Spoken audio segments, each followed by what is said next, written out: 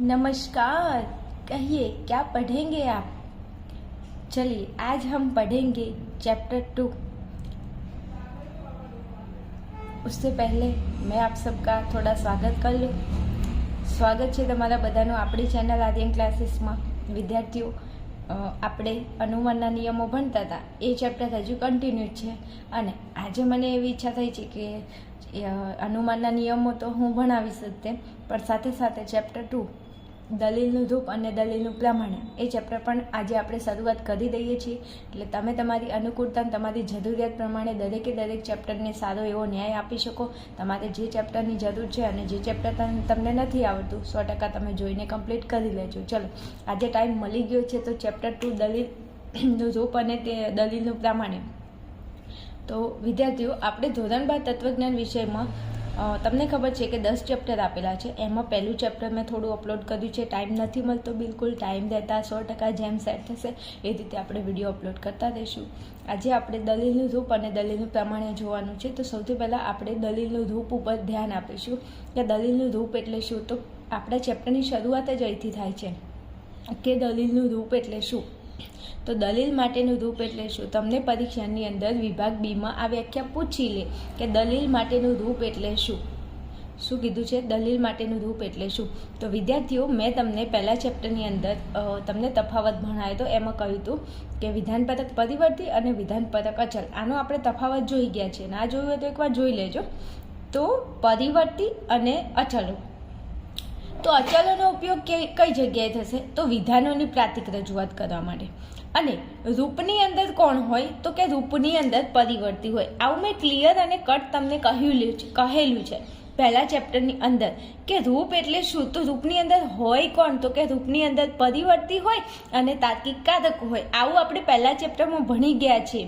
બસ એનું એ વસ્તુ આપણે અહીંયા જોવાનું છે। અને પહેલા ચેપ્ટરમાં આપતું હતું કે વિધાન માટેનું રૂપ એટલે શું। જો અહીંયા તમને કહ્યું છે કે દલીલ માટેનું રૂપ એટલે શું અને પહેલા ચેપ્ટરમાં આપતું હતું વિધાન માટેનું રૂપ એટલે શું। તો બંનેનો જવાબ એક જ છે। અહીંયા દલીલ માટેનું રૂપ છે, ત્યાં વિધાન માટેનું રૂપ હતું, બસ એટલો ફરક છે। અને વ્યાખ્યા પણ બંનેની પરીક્ષામાં પૂછાય છે, તો આપણે ધ્યાનમાં રાખીશું। તો બે વસ્તુ તમે ધ્યાનમાં રાખી લો પહેલાં।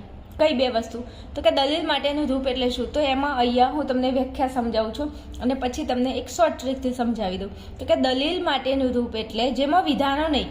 ભાઈ વિદ્યાર્થીઓ, મારા વાલા વિદ્યાર્થીઓ, અહીંયા આ નોટેડ પોઈન્ટ, ગોટ ઇટ, આ નોટેડ પોઈન્ટ છે। શું તો કે દલીલ માટેનું રૂપ એટલે જેમાં વિધાનો નહીં। દલીલ માટેનું રૂપમાં વિધાનો ના હોય, રૂપમાં શું ના હોય, વિધાનો ના હોય, પણ વિધાન માટેના પરિવર્તીઓ અને તાર્કિક કારકો આવતા હોય।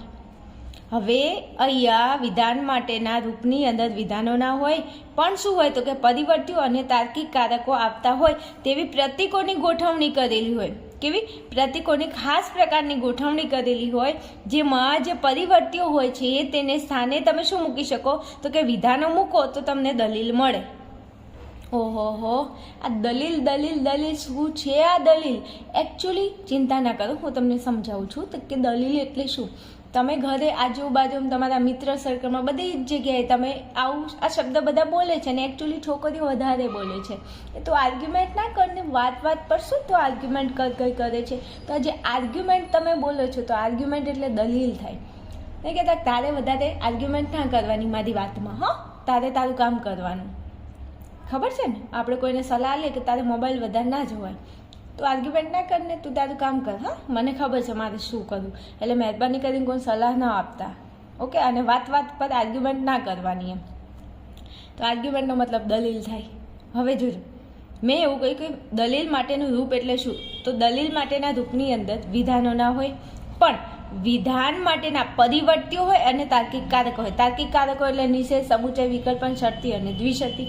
પરિવર્તી એટલે એથી ઝેડ સુધીના નાના અક્ષરો, એથી લઈ અને ઝેડ સુધીના નાના અક્ષરો, જેને શું કહેવાય તો કે પરિવર્તી કહેવાય। આ પહેલા ચેપ્ટરમાં આપણે ભણી ગયા છીએ। ના જોયું હોય તો એકવાર જોઈ લેવું, વ્યવસ્થિત ભણી લેવું। ને આપણે તત્વજ્ઞાન ભણતા હોય, તત્વજ્ઞાન આપણો વિષય હોય તો આપણને એટલી તો ખબર હોય પરિવર્તી એટલે એથી ઝેડ સુધીના નાના અક્ષરો। તો રૂપની અંદર કોણ હોય, વિધાનો ના હોય, ઓકે। પરિવર્તીઓ અને તાર્કિક કારકો આવતા હોય તેવી પ્રતીકોની ગોઠવણી, જેમાં જે પરિવર્તી હોય આ એથી ઝેડ સુધીના કોઈ પણ પરિવર્તી હોય રૂપની અંદર તો તેને સ્થાને તમે શું મૂકી શકો તો કે વિધાનો, અને જો વિધાનો મૂકો તો એમાંથી તમને શું મળશે તો કે દલીલ મળશે. ઓકે ચલો આગળ જાઉં છું, થોડું ધ્યાન આપજો, હજુ વ્યાખ્યામાં વધારે સમજાઈશ. હવે અહીંયા મેં લખ્યું છે દલીલ માટેના રૂપનું ઉદાહરણ. તો મારા વાલા વિદ્યાર્થીઓ, આ દલીલ માટેના રૂપનું ઉદાહરણ છે કે દલીલનું રૂપ કેવું હોય તો આવું હોય, પી શરતી ક્યુ, પી તેથી ક્યુ. આ શું છે તો કે રૂપ છે. કોનું? દલીલનું. જો પી સમુચય ક્યુ તેથી પી, આ પણ રૂપ છે. કોનું? દલીલનું, તમારું નહીં. હાય રે તેરા રૂપ, એમ ના, દલીલનું રૂપ છે, હા તમારું નથી. હો ચલો, પી વિકલ્પન ક્યુ નિષેધ પી તેથી ક્યુ, તો આ પણ શું છે તો કે આ રૂપ છે. કોનું? દલીલનું. રેડી? આ રૂપ છે. તો હવે તમે જુઓ તો રૂપની વ્યાખ્યા ઉપર હતી એ પ્રમાણે તમે થોડું ચેક કરજો. અહીંયા જુઓ, આ આપણું રૂપ છે. કોનું? તો કે દલીલનું આ રૂપ છે. ઓકે, હવે રૂપની વ્યાખ્યા શું છે તો કે દલીલ માટેનું રૂપ એટલે આ રૂપ છે. રૂપની અંદર શું હોય? વિધાનો ના હોય. અહીંયા કે દેખાય છે વિધાન કે આકાશ મહેનત કરે છે કઈ દેખાય છે? વિધાન નથી. પણ વિધાન માટેના પરિવર્તે જો આ પી ક્યુ, તો પી ક્યુ આર એસ એ બધા શું છે? અને આ કેપિટલ અક્ષરો નથી, આ નાના અક્ષરો છે. તો આપણને ખબર છે પરિવર્તી એટલે નાના અક્ષરો, અને નાના અક્ષરોની રજૂઆત ક્યાં થાય તો કે રૂપો માટે થાય. રેડી? જો એથી ઝેડ સુધીના અક્ષરો એને કહેવાય પરિવર્તી. આટલું ક્લિયર? તો કે ક્લિયર. હવે આ પરિવર્તી એટલે પી ક્યુ આર એસ, પછી તમે ABCDના ઝેડ સુધીના અક્ષરો લઈ શકો, પણ સૌથી વધારે પરિવર્તીની અંદર PQRSનો ઉપયોગ થાય એટલે PQRS હું અહીંયા બોલું છું. અને એનું રૂપ હવે જોજો, એથી ઝેડ સુધીના નાના અક્ષરોને પરિવર્તી કહેવાય, અને પરિવર્તીનો ઉપયોગ ક્યાં થાય તો કે રૂપની રજૂઆત કરતા. તો જો આ રૂપ છે, અને રૂપની અંદર કોણ આવ્યું તો કે એથી નાના અક્ષરો. જો PQ આ નાના અક્ષરો છે ને ABCDના, તો કે હા, અને આ નાના અક્ષરોની ઉપયોગ કઈ જગ્યાએ થાય તો કે રૂપની રજૂઆત કરવા માટે. અને આને શું કહેવાય તો કે પરિવર્તી કહેવાય. તો જો રૂપની અંદર વિધાનો નહીં, આમાં ક્યાંય વિધાન છે નથી, તો રૂપમાં વિધાન નથી. ઓકે, પરિવર્તીઓ છે તો કે આ પરિવર્તીઓ છે, હા. પછી તાર્કિક કારકો, તો જો શરતી છે તો આવી તાર્કિક કારક, તો કે હા છે. તાર્કિક કારકો આવતા હોય તેવી આ પ્રતીકો કહેવાય. આ 1 2 આ બધાને શું કહેવાય? પ્રતીક કહેવાય. તો પ્રતીકોની જો અહીંયા ગોઠવણી કરેલી છે તો કે હા, ખાસ પ્રકારની ગોઠવણી છે, જેમાં આ જે પરિવર્તી છે, ધારો કે આ પી છે, તેના સ્થાને તમે શું મૂકો? વિધાન. આ પી છે એના સ્થાને હું એમ કહું કે રાહુલ મહેનત કરે છે, તો રાહુલ મહેનત કરે છે એ શું છે? વિધાન. અને આ પી શું છે તો કે પરિવર્તી. તો પરિવર્તીના સ્થાને તમે વિધાનો મૂકો તો તમને શું મળે તો કે દલીલ મળે. રેડી છે? ઓકે, ચલો આગળ જવું. મને ખબર છે તમને ખબર પડતી હશે. બીજું વિદ્યાર્થીઓ, ખાસ તમે ચેનલમાં નવા હોય તો મારી ચેનલને ખાસ સબસ્ક્રાઈબ કરીને જજો, સકરબાઈજ કરીને જજો, અને બાજુમાં જે બેલનું આઇકન છે એને પ્રેસ કરી લેજો. તો હું જે પણ નવા વિડીયો અપલોડ કરું છું એની નોટિફિકેશન તમને જલ્દી અને ફટાફટ મળી જશે. ઓકે, ચાલો આગળ જઈશું. બીજું, જો તમે એવું ધાર્યું છે કે તત્વજ્ઞાનનો 100માંથી 100 માર્ક્સ લાવવા છે તો હું જે વિડીયો અપલોડ કરું એ દરેક વિડીયો, ભલે તમને ગમે એટલું સ્માર્ટેસ્ટ આવડતું હોય, પણ એકવાર ચેક કરી લેવું. ક્યાંક ને ક્યાંક તમને કંઈક એક પોઈન્ટ એવો મળી જશે કે જેનાથી તમારી બધી મુશ્કેલ આસાન થઈ જશે. ઓકે, ચાલો હવે ધ્યાન આપજો. આ શું છે તો કે દલીલ માટેનું રૂપ. તો હવે દલીલ માટેના રૂપની અહીંયા મેં થોડી લાક્ષણિકતાઓ લખી છે, જે મેં તમને ભણાવી દીધી છે. વ્યાખ્યામાં જે છે એ જ છે, પણ વ્યાખ્યાને આપણે છૂટી પાડીને અહીંયા લખી છે. જો તો કે દલીલ માટેના રૂપની લાક્ષણિકતા શું હોય? આ રૂપ છે. આ શું છે? રૂપ છે. અને હવે એની લાક્ષણિકતા તો જો, દલીલ માટેના રૂપમાં વિધાનો આવતા નથી. આ રૂપ છે. આ શું છે તો કે દલીલનું રૂપ છે. આ રૂપમાં તમને વિધાન દેખાય છે તો કે ના, નથી દેખાતું. તો લાક્ષણિકતા, પહેલી લાક્ષણિકતા આપણે એવું કહી શકીએ કે દલીલનું રૂપ છે, અને રૂપમાં શું નથી આવતું તો કે વિધાનો આવતા નથી. તો આ તો વ્યાખ્યામાં આવ્યું, તો વ્યાખ્યાને છૂટી પાડીને લખી છે, બસ એ જ છે. દલીલ માટેના રૂપમાં પરિવર્તીઓ અને તાર્કિક કારકો હોય છે. વાત સાચી? અહીં એમ કીધું કે દલીલના રૂપમાં પરિવર્તી અને તાર્કિક કારકો હોય. તો આ દલીલનું રૂપ છે. એમાં જો આ પરિવર્તી છે, આ પી ક્યુ, આ PQ એ બધું શું છે તો કે પરિવર્તી છે. પરિવર્તી એટલે કોણ તો કે પરિવર્તી એટલે ABCDના નાની ABCDના એથી લઈને ઝેડ અક્ષરો. પણ હું તમને અહીંયા ક્લિયર એન્ડ કટ કરી દઉં કે પરિવર્તી તરીકે PQRSનો સૌથી વધારે ઉપયોગ થાય છે. રેડી? તો પરિવર્તી એટલે PQRS, નાના PQRS જો એને શું કહેવાય? પરિવર્તી. અને પરિવર્તીનો ઉપયોગ ક્યાં થાય તો કે રૂપની રજૂઆત કરવા માટે. તો જો આ રૂપ જ છે, અને રૂપમાં પરિવર્તી છે કે નહીં તો કે હા છે. પરિવર્તી એટલે PQRS નાની ABCDના અક્ષરો.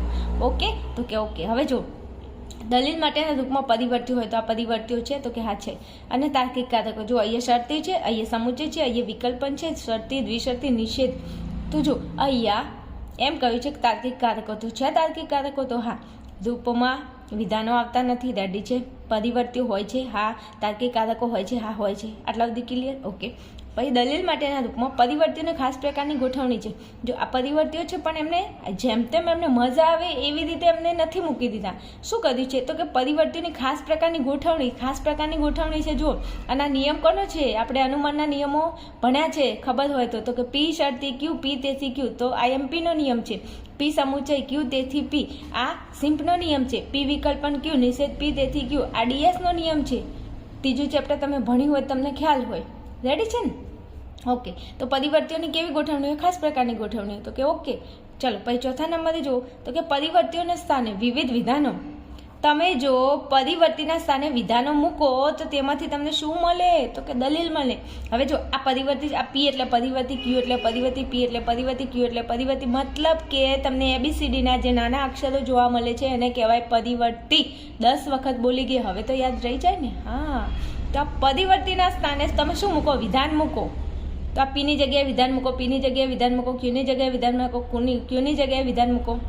ધીરે ધીરે, શાંતિ શાંતિ, પણ તમે ધીરે બોલો ને. ઓકે ચલો. તો વિધાનો મૂકો પરિવર્તીના સ્થાને. તો વિધાનો મૂકવાથી તમને શું મળશે? દલીલ. તો હવે મારે જે દલીલનું રૂપ છે અને એમાં જે પરિવર્તી છે એની સ્થાને મારે શું મૂકવું છે તો કે વિધાન મૂકવા છે. તો અહીંયા જુઓ દલીલનું રૂપ, આ દલીલનું રૂપ છે. પી શરતી ક્યુ, પી તેથી ક્યુ, એમપીનો નિયમ છે ને? ઓકે. હવે આ પી પરિવર્તી છે એની જગ્યાએ મારે કોઈ વિધાન મૂકવું છે. શું મૂકવું છે? વિધાન. ઓકે. આ પી પરિવર્તીના જગ્યાએ મારે વિધાન મૂકવું છે. તો પીના જગ્યાએ મારે એવું વિધાન મૂકવું છે કે આર્યન મહેનત કરે છે. અને બીજું અહીંયા પરિવર્તી છે તો કે ક્યુ પરિવર્તી, એની જગ્યાએ મારે એવું વિધાન મૂકવું છે કે તે સફળ થાય છે. ઓકે. 2 વિધાનો મેં લીધા કેમ કે અહીંયા પરિવર્તીઓ 2 જ છે. જો પી અને ક્યુ, ભાઈ ભલે બીજી વાર પી આવે તો એ એક જ વાર ગણાય. અહીંયા ક્યુ છે, ભાઈ ફરી વાર ક્યુ આવતો હોય તો એક જ પરિવર્તી ગણાય. અને એક પરિવર્તી હોય, ધારો કે પીની જગ્યાએ મેં જે વિધાન લીધું તો ફરીથી જ્યારે પી આવે તો જ્યારે પી ફરીથી આવે તો આગળ પીની જગ્યાએ જે વિધાન લીધું હોય એનું એ વિધાન ફરી પી આવતો હોય ત્યાં મૂકવું. મતલબ આ પી બરાબર જે લીધું એનું એ તમારે આ પી બરાબર લેવાનું. અહીંયા ક્યુ છે તો ક્યુ માટે મેં એવું કીધું કે તે સફળ થાય છે. તો અહીંયા ફરી ક્યુ આવે છે તો ક્યુ માટે આપણે શું લીધું તો તે સફળ થાય છે. તો બસ એ જ મૂકવાનું. મારા વાલા વિદ્યાર્થીઓ, ભાઈઓ, બહેનો, સાયકલની ચેનો, કશું નથી, બસ એટલું છે કે આ રૂપ છે, આ પી ક્યુ આ રૂપ છે અને એની જગ્યાએ તમારે આવા વિધાનો મૂકવાના છે. ગુજરાતીમાં આ પ્રતીકો કહેવાય. આ શું કહેવાય? પ્રતીકો. એમાં આપણે અહીંયા શું મૂકવાનું છે તો કે આમની જગ્યાએ વિધાનો. બસ તમારી અહીંયા હું એટલું જ સમજવા માંગુ છું. આ આખો વિડીયો કંઈ છે જ નહીં વિડીયોમાં, ઓનલી ફોર આટલું કે આ પી ક્યુ આ શું છે તો કે દલીલનું રૂપ છે. રૂપની અંદર કોણ હોય તો કે પરિવર્તી હોય અને કારકો હોય. હવે જો આ પરિવર્તીની જગ્યાએ તમે વિધાન મૂકો તો એમાંથી તમને શું મળે તો કે દલીલ મળે. બસ આ દલીલનું રૂપ છે અને રૂપમાં પરિવર્તીની જગ્યાએ તમે વિધાન મૂકો તો એમાંથી તમને દલીલ મળે. આ વિડીયોમાં હું આટલું જ તમને સમજાવવાની છું કે આ રૂપ છે, રૂપમાં આ પરિવર્તી છે, આ કારકો છે. પરિવર્તીની જગ્યાએ તમે કોઈ પણ વિધાન મૂકી શકો. જો વિધાન મૂકો તો તમને શું મળે તો કે દલીલ મળે. અને એક પરિવર્તી હોય એના સ્થાને તમે જે વિધાન મૂક્યું હોય તો ફરી એ પરિવર્તી આવતું હોય એના સ્થાને એ જ વિધાન મૂકવાનું. અને કારક જે આવતો કારકને એમનું એમ રાખવાનું, એને હળી કરવાની નહીં. ઓકે ચલો હવે જોજો. હવે હું અહીંયા પી બરાબર આ લીધું વિધાન, પી ક્યુ બરાબર આ વિધાન લીધું તો એને હું અહીંયા જે રૂપ હતું ને એવી રીતે હું આને ગોઠવી દઈશ. ચલો ગોઠવવું છે? ઓકે ચલો.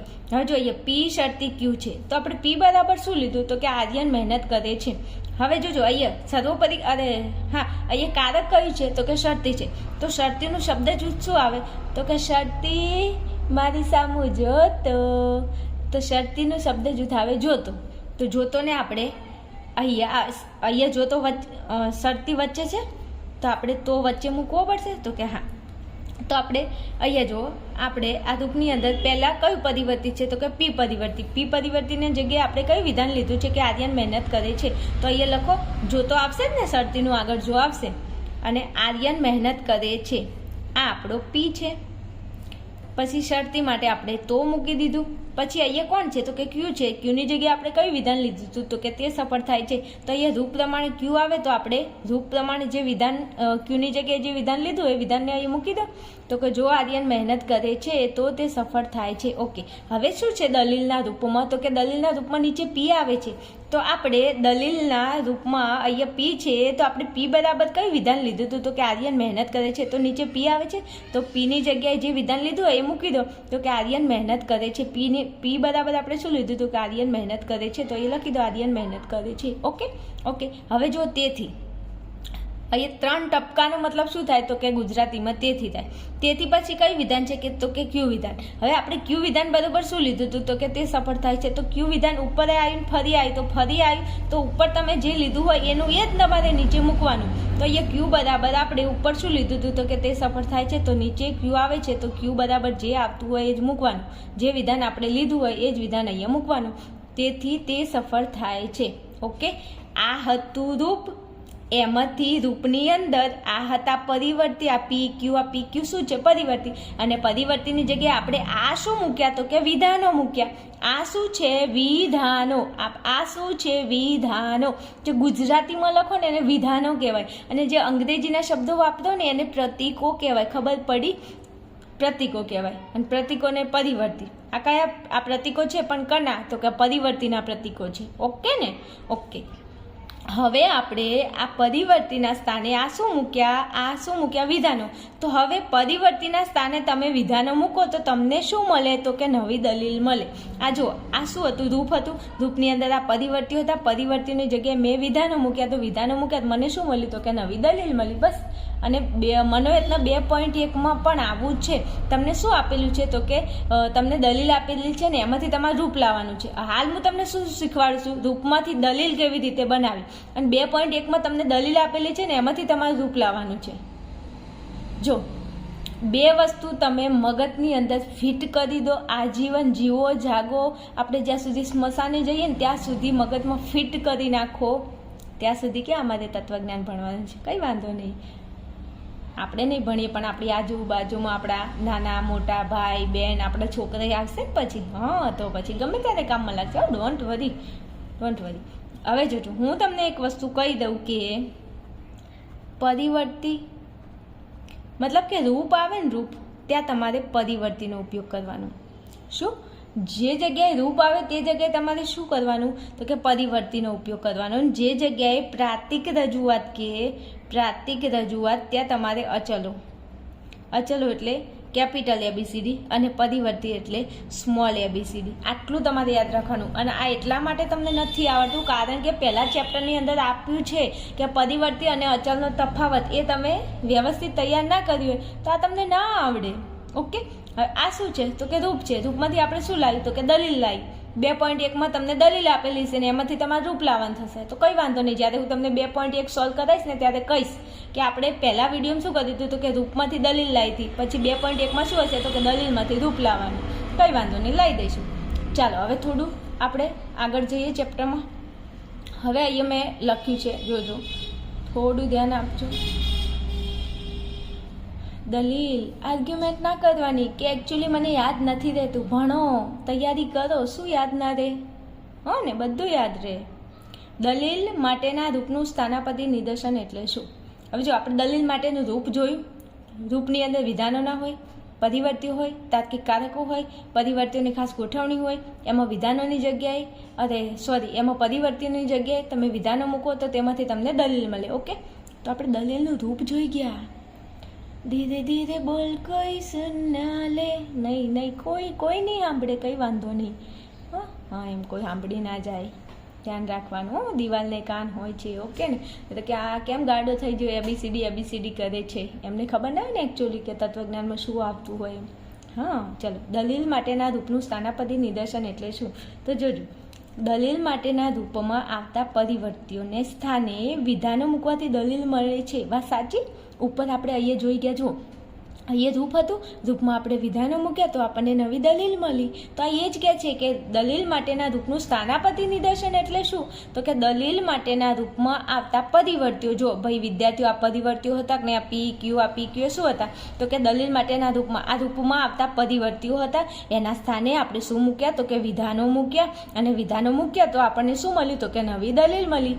ઓકે, હવે જો આ દલીલ મળી તેને આ દલીલ માટેનું જે રૂપ હતું, આ રૂપ હતું એનું શું કહેવાય? તો કે સ્થાનાપતિ નિદર્શન. આપણને આ જે નવી દલીલ મળી ને, આ નવી દલીલને આપણે શું કહી દઈશું? તો કે આ રૂપનું સ્થાનાપતિ નિદર્શન. ના ખબર પડી? ના પડી? ના પડી? ફરી સમજાવું? ચલો જુઓ, ફરી સમજાવું.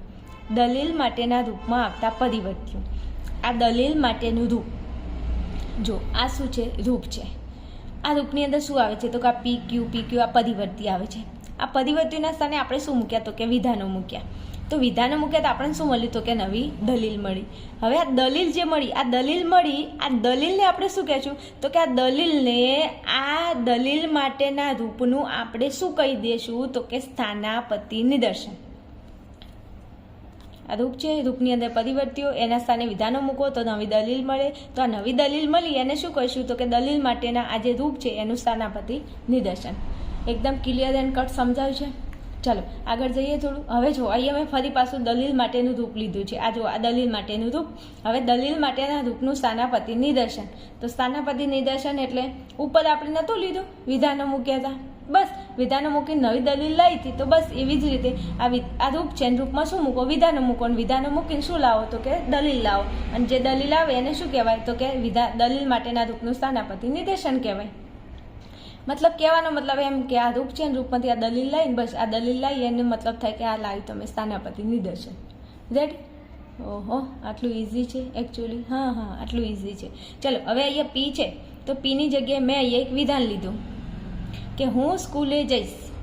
પછી વિકલ્પન છે, તો વિકલ્પનનું શબ્દ જૂથ શું થાય? તો કે કાં તો અથવા. તો હું સ્કૂલે જઈશ એના પી પરિવર્તીના જગ્યાએ મેં કયું વિધાન લીધું છે? તો કે હું સ્કૂલે જઈશ. હવે વિકલ્પન, તો વિકલ્પનનું કાં તો અથવા. આપણને ખબર છે કે વિકલ્પનનું શબ્દ જૂથ છે એમાં અથવા વચ્ચે આવે અને કાં તો આગળ આવે. હવે અહીંયા ક્યુ પરિવર્તી છે, તો ક્યુ પરિવર્તીની જગ્યાએ મેં એવું વિધાન લીધું કે ઘરે જઈશ. કાં તો હું સ્કૂલે જઈશ અથવા હું ઘરે જઈશ. તો સ્કૂલે ના જાવ તો તમારે ઘરે જ જવું પડે. ક્યાંય ફરવાને ક્યાંય ખડવા ના જવાય ને, ઘરે આવો તો હાડકા ભાગી જાય. હે ને, આપણા પપ્પા બેઠા જ હોય આપણી રાહ જોઈને. ક્યાં ગયો તો? ક્યાં ગયો તો?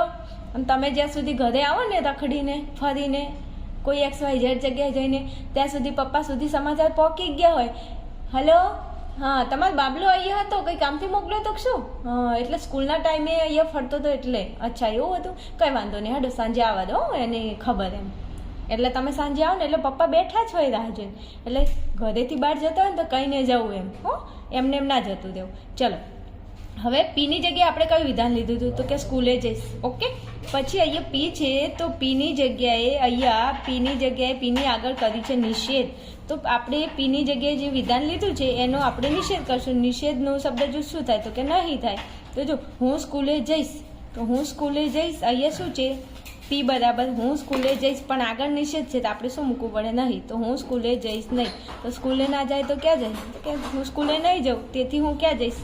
તો કે ક્યુના બરાબર આપણે કયું વિધાન લીધું હતું? તો કે ઘરે જઈશ. તો ક્યુ બરાબર આપણે અહીંયા લઈશું કે તેથી હું ઘરે જઈશ. Okay, ready? ચલો આટલું થઈ ગયું, બસ આટલા સુધી છે.